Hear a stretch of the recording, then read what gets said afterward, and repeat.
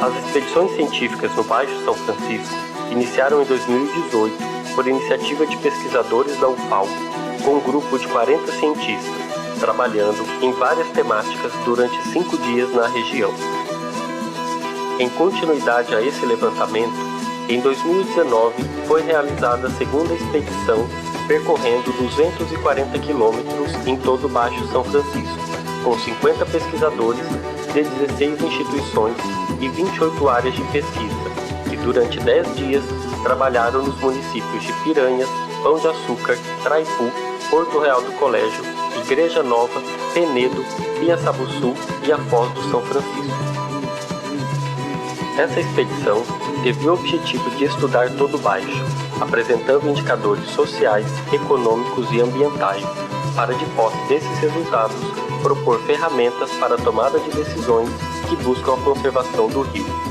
Convidamos você a navegar pela segunda expedição científica do Baixo São Francisco.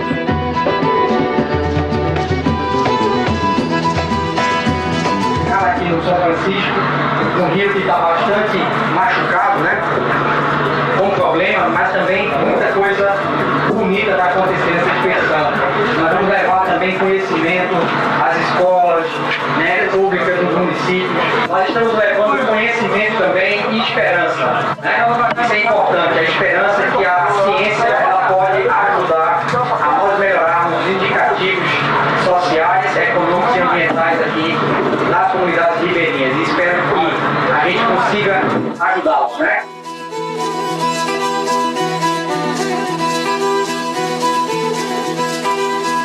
Essa é a segunda expedição, a primeira foi realizada o ano passado. Esse ano é um ano mais completo, com mais pessoas, com mais especialidades. Nós tentamos suprir as lacunas do ano passado, com colegas que também trabalham a parte de fitoplâncton, colegas que trabalham com a parte mais química do sedimento e também da água, com a referência também com o problema que nós estamos tendo aqui na costa de Alagoas, com referência a hidrocarbonetos, como oriundos do petróleo no caso. E teve uma amplitude maior de trabalho, fazendo todos 5% do território do Baixo São Francisco. E nossas coletas, elas são bem engajadas, usando informações da parte de sensoriamento remoto, detectando também a questão de dados de poluição, de poluentes, e ao mesmo tempo a gente está fazendo o trabalho de catalogação e ampliação dos dados com relação ao ano passado. A vazão do ano passado estava em 550 metros cúbicos do segundo, quando a gente aportou aqui nos trabalhos nossos. Esse ano a vazão dobrou, e nós teremos aí alguns resultados interessantes de comparar. Por exemplo, nós esperamos observar questões relacionadas aos agrotóxicos e também aos poluentes, tanto na água como no pescado, como é que está essa situação, se houve mais, como é que está a região de desmatamento, de assoreamento. Nós teremos também equipamentos, nós estamos trazendo mais sofisticados para complementar os nossos dados e também dar mais subsídio para que nós tenhamos dados mais robustos para justificar a parte de políticas públicas aqui no Baixo São Francisco. Então, meu objetivo aqui na expedição científica do Rio São Francisco é avaliar o desempenho de módulos fotovoltaicos, né, diante das condições climatológicas aqui da região. Então, nós elaboramos um protótipo, né, no nosso laboratório de sistemas fotovoltaicos, onde ele visa monitorar os parâmetros elétricos, dando, enfim, o diagnóstico de eficiência do módulo fotovoltaico. E, por fim, pretendemos patentear o produto. Aqui na expedição a gente vai analisar microparasitas, vamos analisar também a genotoxicidade. Na genotoxicidade a gente vai trabalhar com a técnica de micronúcleo, fazendo esfregaço sanguíneo e verificando a presença, né, e a frequência desse dano ao material genético. Nos microparasitas a gente analisa alguns órgãos, principalmente brânquia, fígado e vesícula, atrás de alguns parasitas que podem causar dano, principalmente ao peixe. Ontem, analisando o tucunaré, a gente conseguiu identificar uma espécie, a gente não consegue identificar ainda a espécie, mas sabemos que é do gênero Calyptospora e pertence ao filo complexa. Esse parasita ele é específico de um órgão, principalmente do fígado. E como o fígado está muito associado à vesícula, nós encontramos ontem no tucunaré esses dois órgãos, na vesícula biliar e no fígado. A gente vai continuar fazendo análise de microparasita. Na outra expedição, a gente não obteve sucesso com essa parte da análise de microparasita. Acreditamos que existe muito mais sazonalidade de quando esse esses bichos vão estar infectando, né, os peixes, porque eles têm um ciclo de vida entre os peixes e alguns poliquetas. Então na expedição passada a gente não encontrou nenhum e esperamos nas outras espécies, principalmente a gente vai ver algumas coisas com a piranha, ver se a gente consegue encontrar microparasitas que, como eu já falei, não encontramos na expedição anterior. Eu trabalho em colaboração com outras equipas, basicamente para a identificação de espécies de peixes acá no Rio São Francisco. Toma de amostras para pesados, histologia, obtenção de microparasitas e outras equipas que vão desenvolver trabalhos no laboratório. Ao longo do percurso da expedição, os problemas ambientais vão se mostrando determinantes para a qualidade do rio e das populações que dele vivem. O desmatamento da mata ciliar, principalmente para a expansão da pecuária extensiva, agrava o cenário de erosão e assoreamento, o que tem contribuído para a formação de ilhas ao longo do Baixo São Francisco. Além disso, as queimadas intencionais provocam mais agravos à biodiversidade e à qualidade ambiental.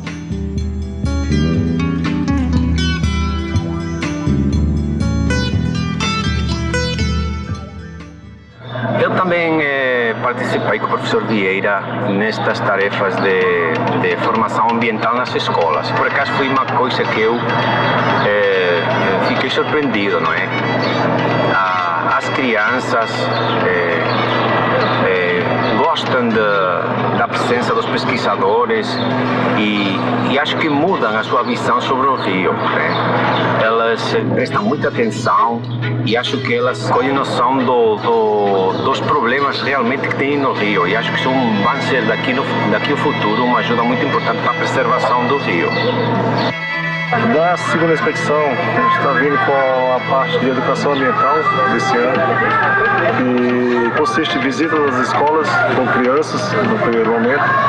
Conversa um pouco com as crianças nas escolas. Tem a parte da realização de plantios de espécies nativas, de mudas de espécies nativas. Simbolicamente, a gente está plantando pelo menos 10 mudas por cada escola, trazendo, agregando nesse plantio a tecnologia do uso de hidrogel, que é o hidroretentor, que ajuda na sobrevivência dessas plantas nos ambientes mais secos. Além disso, a gente está levando essas crianças ao bar, eu estendendo o convite à comunidade também, para visitar uma exposição sobre animais da fauna lagoana que estão em risco de extinção. Além disso, tem outras atividades que a gente está fazendo, como a parte de demonstração da parte ambiental em relação à variação de temperatura, por exemplo, que faz com que a gente faça uma relação entre a existência de cobertura vegetal e a temperatura do ambiente como um todo. Então, ao final da expedição, a gente vai gerar um relatório, onde esse relatório ele possa ser um balizador de políticas públicas, né, nas diferentes esferas públicas, seja municipal, estadual ou federal. Por outro lado, o que a gente vê é que não há nenhum esforço público em termos de política pública, de educação ambiental, de recuperação de áreas, de matas ciliares como um todo, onde não há nenhuma movimentação no sentido público, para poder reverter esse processo. Na segunda expedição do Rio São Francisco, nós estamos aqui testando um equipamento chamado SideScan. A ideia é observar a topologia de fundo do Rio São Francisco e criar condições de identificar certas anomalias que possam existir neste fundo. E a partir dessas anomalias a gente pode levar um outro equipamento que é chamado de ROV, que é um veículo remotamente controlado. E com esse veículo remotamente controlado, que tem câmeras subaquáticas, nós podemos identificar o que são essas anomalias e não queremos, mas se por acaso estiver na presença de óleo no fundo do Rio São Francisco, esse equipamento pode ser um fator importante para a rápida identificação desses incidentes com o petróleo aqui na nossa região. Pela primeira vez nós conseguimos utilizar o SideScan de uma forma bastante diferente, né, em todo o percurso do rio, colocando na embarcação de transporte. Estamos com um monte de informações e um monte de dados que poderão ser pós-processados e transformados em informações úteis para futuras expedições, principalmente com relação à formação do leito do rio. Nós estamos aqui justamente fazendo uma coleta principalmente das espécies com os apetrechos de rede de malhar. Com esse trabalho nós esperamos no final da pesquisa ter uma noção da abundância relativa, ou seja, quais as espécies mais abundantes, né? Comparar com os trabalhos já realizados aqui no São Francisco e ver a situação atual. As 3 espécies mais abundantes que até agora que nós encontramos são a pirambeba, o piau e o pacu. O que é que isso indica? Né? Que essas espécies, né, com a quantidade, o padrão que nós fizemos dos aparelhos de pesca, em metro quadrado de rede, essas espécies se apresentaram em maior abundância. Né? E isso nós vamos justamente comparar com os resultados anteriores de pesquisas já feitas aqui no São Francisco para fazer uma análise desse novo comportamento, se realmente esse é um padrão normal ou se houve alguma alteração. Essas informações, se não forem coletadas periodicamente, você não tem referência, né?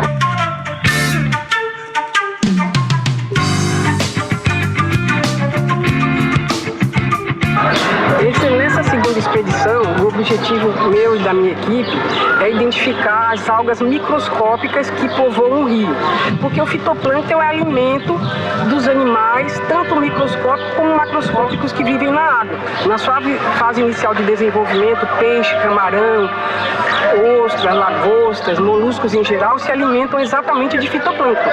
Por isso que ele também é a base da cadeia alimentar.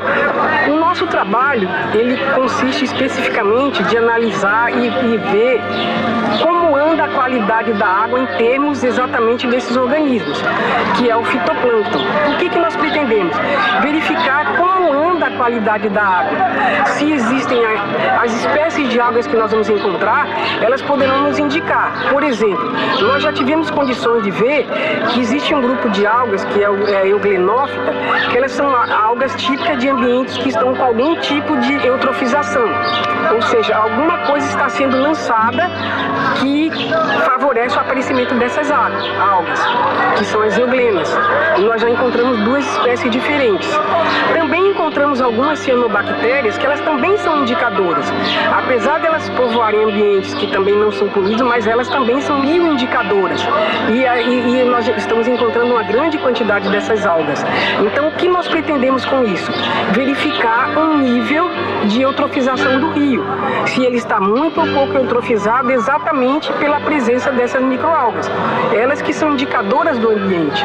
Porque uma água, para ela se considerar pura, uma água limpa, ela não pode ocorrer a presença de euglena. Desde o primeiro dia nós já estamos fazendo um levantamento, que nós já estamos em mais de 100 espécies identificadas até agora, só do primeiro dia até o presente. E agora com dos mais diversos grupos. Inclusive tem um grupo que ele é predominante de água marinha, mas nós estamos em todos os pontos nós encontramos essa espécie, é o Genioceratio, que é um dinoflagelado, que ele é típico de água de mar. Não quer dizer que você não encontre em água doce, mas ele foi encontrado no decorrer de todos os trabalhos até o presente. Para esse trabalho especificamente, nós usamos esse equipamento que se chama uma rede. Essa é especificamente uma rede de fitoplâncton. Essa rede consiste de uma malha. Essa malha não é uma malha comum, ela tem 20 micras de abertura. No final dessa malha nós temos esse copo, que ele é acoplado, que quando nós colocamos no barco, nós colocamos ele amarrado no barco, o barco fica numa velocidade específica e também num tempo determinado. Nós fazemos esse arrasto durante um tempo determinado. Ao final, esse copo é retirado, onde nós esperamos, filtramos, até que fique só o material que nós queremos trabalhar. E esse material que fica aqui nós acondicionamos em potes para trazer ao laboratório para identificação. E a gente está trabalhando com uma nova ferramenta de monitoramento, que é a bioacústica. Então a gente trabalha com um equipamento que mede o som debaixo d'água. A gente utiliza essa ferramenta para a gente avaliar o comportamento dos organismos aquáticos, né, focado principalmente nos recursos pesqueiros, principalmente o camarão e peixes. A gente procura avaliar o ciclo diário da produção de som desses organismos, justamente para utilizar essa ferramenta como uma informação base para implementar um programa de monitoramento de ecologia acústica aqui no Rio São Francisco. Já que tem muitas espécies aqui que produzem som naturalmente, a gente consegue utilizar esse som para avaliar o comportamento e a abundância desses organismos também. Bom, a gente espera fazer esse levantamento de informações, gerar por primeira vez esse levantamento de sons do Rio São Francisco, que permita no futuro a gente fazer esse acompanhamento, como eu falei, a longo prazo, desses locais onde a gente detectou uma concentração de energia acústica maior, e assim a gente consegue ver como isso pode ir ou não mudando ao longo do tempo. Quando a gente colocou os aparelhos na água, a gente espera, como é o período da piracema, é o período de defesa, a gente espera agregações reprodutivas, principalmente de peixes, e uma espécie específica que é a xira, né, um proquilodontídeo que é bem conhecido pela produção de sons, principalmente durante o período reprodutivo. Infelizmente a gente ainda não detectou essas agregações, mas isso não quer dizer que elas não existam. Talvez a gente não colocou equipamentos no lugar que deveria estar. Uma coisa positiva, a gente encontrou alguns sons de camarões, uma energia com intensidade bastante grande, então provavelmente a população ainda está estável, mas isso requer ainda de várias análises para a gente comprovar isso aí ao longo de todo o Baixo São Francisco. Essa é a pescada. Tá vendo? E a gente grava o som com esse aparelho aqui, ó. Isso aqui se chama hidrofone. Aí depois a gente coloca no computador pra gente poder ver o áudio aqui.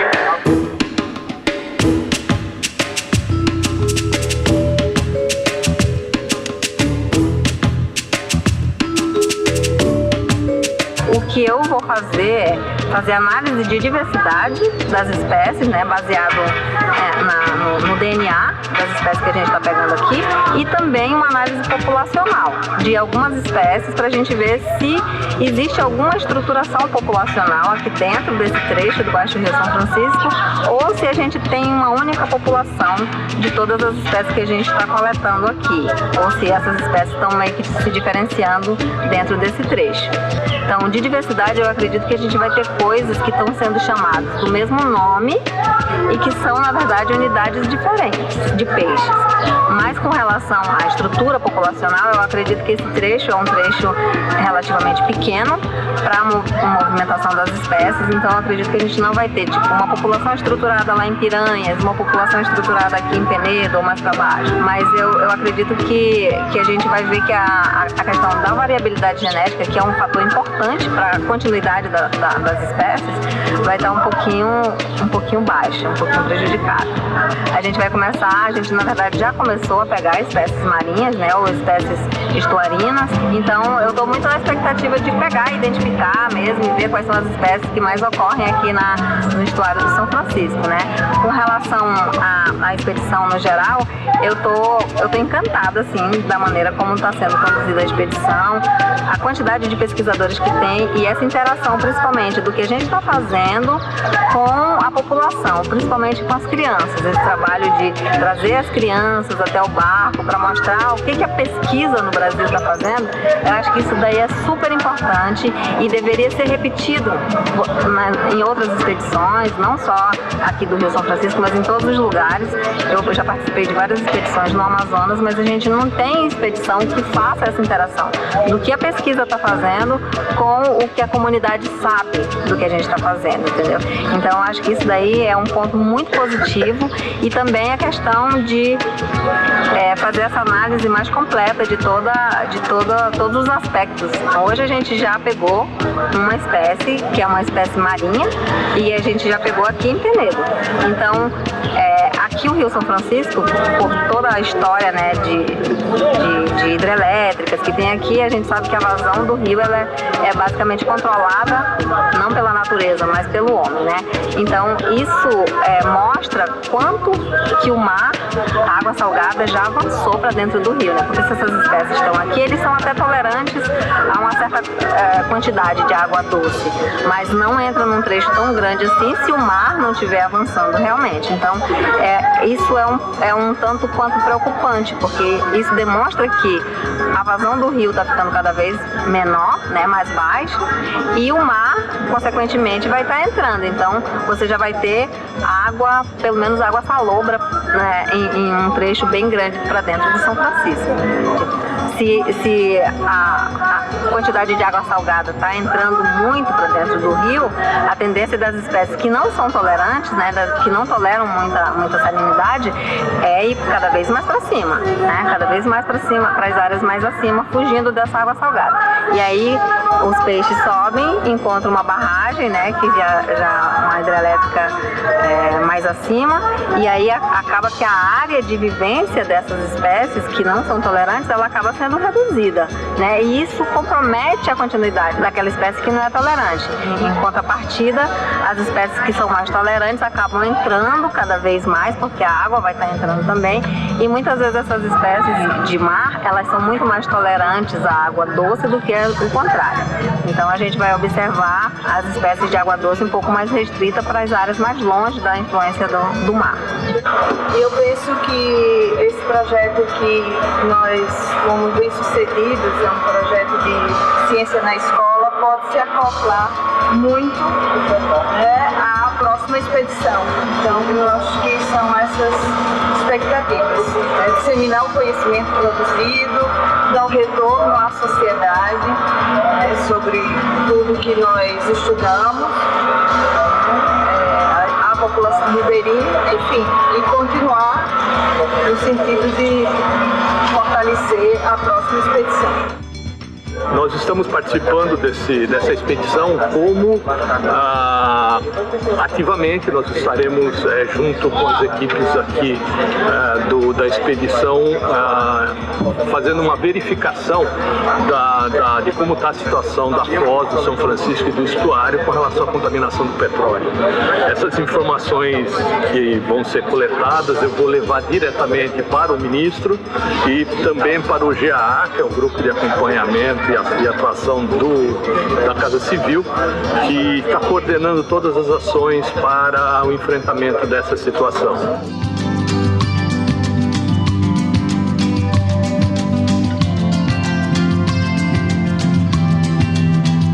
Aqui no Rio de Francisco são raros os trabalhos de contaminação de metais pesados nas populações de peixe aqui da região.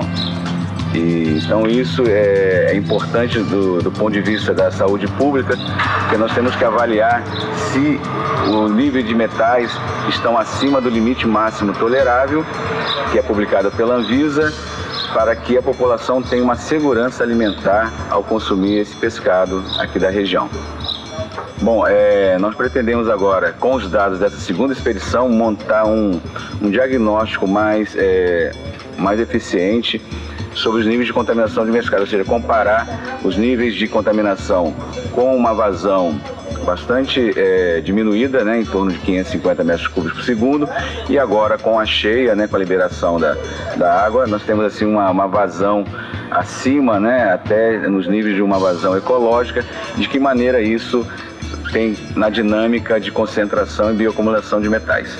Eu faço parte do grupo que está estudando as questões hidrológicas e limnológicas aqui no Rio São Francisco durante a segunda expedição. Eu pretendo obter os dados de parâmetros de qualidade de água e aplicar alguns índices, como o índice de qualidade de água e o índice de estado trófico. E com isso gerar um mapa temático de toda a área de estudo que vai facilitar o tomador de decisões a buscar políticas públicas para justamente tentar mitigar alguns possíveis impactos encontrados. A gente já tem visto em algumas situações, principalmente aqui na cidade de Piaçaba do Sul, que mesmo com a situação com a vazão aumentada, mesmo com a maré sem ter muita influência marinha, já encontramos água salgada aqui em frente a Piaçaba do Sul. Então isso é muito preocupante.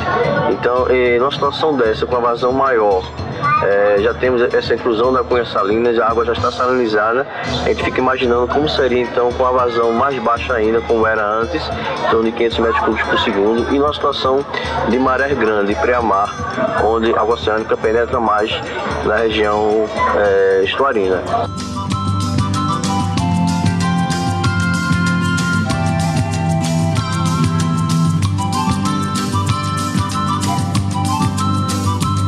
Na expedição do Rio São Francisco, a gente vem trabalhando com o levantamento socioeconômico dos agricultores familiares. Como os principais resultados, né, com relação à produção, a gente identifica uma diferença nos sistemas de produção agrícola no Baixo São Francisco. Então a gente tem comunidades que têm a predominância do cultivo agroecológico, né, a policultura, né, cultivos integrados, né, e acesso à comercialização para políticas públicas. Então isso tem um ganho aí não só de produção, mas também para a produção, para a alimentação dessas famílias, né, então a produção para autoconsumo. A gente tem também a criação de pequenos animais, né, como um forte nessa região. Então isso contribui não só para a renda, mas também para a segurança alimentar das famílias. Um dos pontos críticos, né, em todas as comunidades que a gente visitou, a gente não observa acesso à questão de saneamento. Então a gente tem tecnologias aí para trabalhar o saneamento na zona rural, mas isso ainda não é presente aqui no Baixo São Francisco. Ao mesmo tempo que também é restrito, é limitado o acesso das comunidades às políticas públicas, né? Então o acesso à política pública, o acesso à terra e principalmente à água, né, para a produção pode ser um fator aí de desenvolvimento e melhores condições de vida para essas comunidades. Ao mesmo tempo, a gente também tem a característica da produção da agricultura convencional, principalmente com o cultivo de arroz, né, que ainda é realizado de modo convencional e acaba exigindo alto uso, né, de insumos agrícolas, principalmente agrotóxicos. Então isso simplifica muito o sistema de produção, então é a monocultura do arroz, né, então isso também acarreta no maior uso dos insumos químicos. No cultivo de arroz, o sistema é por inundação, né, então essa água do Rio São Francisco ela é bombeada para os canais, né, e aí depois de um período essa água retorna para o Rio São Francisco. E aí, conforme a gente vai fazendo uma agricultura intensiva no uso de insumos químicos, pode ocorrer, né, que alguns resíduos eles podem retornar para o rio, né, e aí de repente pode ter algum contaminante, né, e contribuir aí também com a poluição do curso d'água. Algumas famílias utilizam, né, a prática da queima, então isso tem também um outro impacto, né, porque você tá queimando toda a matéria orgânica que tem no solo que poderia contribuir com a nutrição e o menor uso, né, dos adubos químicos. Então isso tem um impacto não só ambiental, mas também econômico, né, para o sistema de cultivo. E a gente também tem potenciais. Então a gente identificou a apicultura, né, principalmente de florada nativa da caatinga, como uma atividade de extremo potencial para gerar renda para as famílias, ao mesmo tempo que agrega, né, a conservação do bioma caatinga, que é tão ameaçado de extinção. Então o projeto Arajuba ele tem esse potencial e vem trabalhando não só com a produção do mel, mas também com a inserção dos jovens na área rural. A proposta veio, inclusive, dentre as atividades que o movimento desenvolve, as ações junto às áreas de assentamento e acampamento, pensar o desenvolvimento produtivo dessas áreas, econômico, produtivo, ambiental, e a apicultura se demonstrou como uma atividade possível, né, e necessária, sobretudo aqui na região do Sertão de Alagoas. Desde o início da cadeia produtiva, ou seja, o início da produção apícola nas áreas de assentamento, com fornecimento de caixas, materiais, insumos e assistência técnica, para as famílias poderem desenvolver a apicultura, para algumas que já tinham de forma extrativista, né, o conhecimento que eles tinham e a experiência era a partir de uma ação extrativista, né, da apicultura.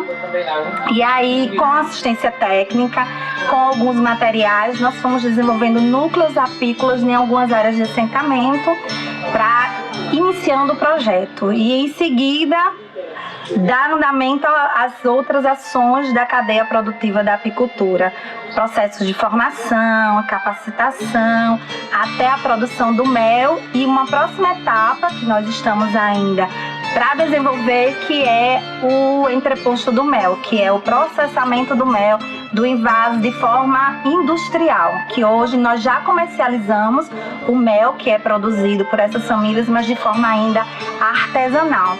E em Piaçabuçu a gente identificou o extrativismo, né, de frutas nativas como potencial né, de transformação dessa realidade rural, gerando renda para as famílias, contribuindo para a segurança alimentar e agregando valor à produção dos agricultores e das extrativistas.